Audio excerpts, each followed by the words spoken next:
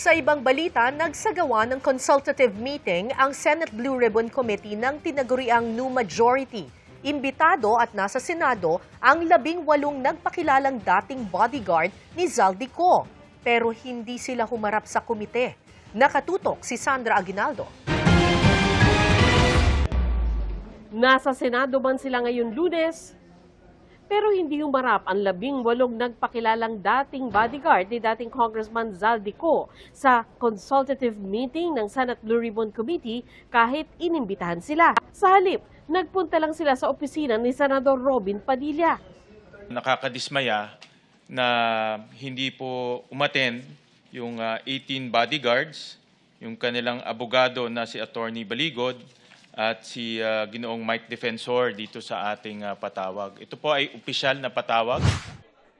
Ang pagpapatawag sa 18 na nagpakilalang Blue Ribbon Committee ng paksyon ni Senador Alan Peter Cayetano ayaw kilalanin ng Blue Ribbon Committee ng tinaguriang new majority.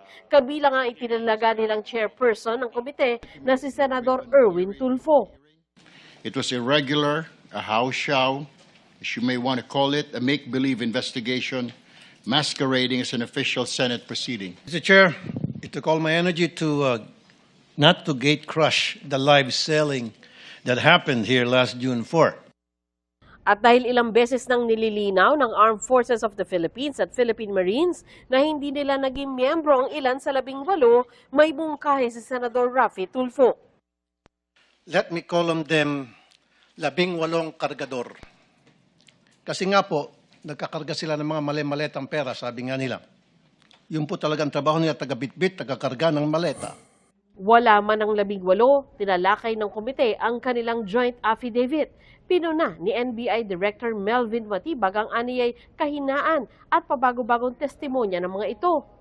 Ang core allegation, nakas ang laman ng maleta, ay madalas hearsay lamang. Hindi napatunayan ang mga alegasyon base sa ebidensyang iniharap. Walang sapat na personal knowledge, puro hearsay, walang corroboration at coordinated ang narrative. Iniulat naman ni Prosecutor General Richard Anthony Fadulion na karamihan sa mga kasong nirefer sa kanila kaugnay sa flood control ay naisampa na sa korte. Umabot na rin anya sa mahigit 800 million pesos ang nabawi ng gobyerno. Muli ring pinabulaanan ni Senador Erwin Tulfo ang aligasyon ng 18 na dinalhan siya ng pera. Ito po ay walang basihan, walang katotohanan, ni walang naipresentang dokumento, resibo, o anumang konkretong patunay, kundi puro salita lamang.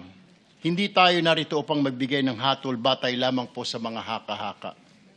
Narito tayo upang alamin ang katotohanan. Bandang tanghali, tinapos na rin ang pagdinig para raw makatutok ang mga senador sa lindol sa Mindanao. Kahit hindi na sila sinipot ng 18, iimbitahan pa rin umano sila ng Blue Ribbon Committee. Dito na sila eh. Sana pumunta na lang sila dito. Why all the drama o pupunta pa doon, may press con. Nandito na sila. This is the best venue to tell the truth. Handa rin anya si Senador Erwin Tulfo na mag-inhibit kung maghihiring na ang kanyang komite.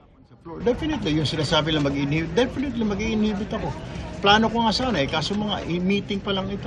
Pag sa hearing proper, I will announce, I will inhibit, I will give the floor to the Vice Chair. Sandra Aguinaldo, Nakatutok, 24 Oras.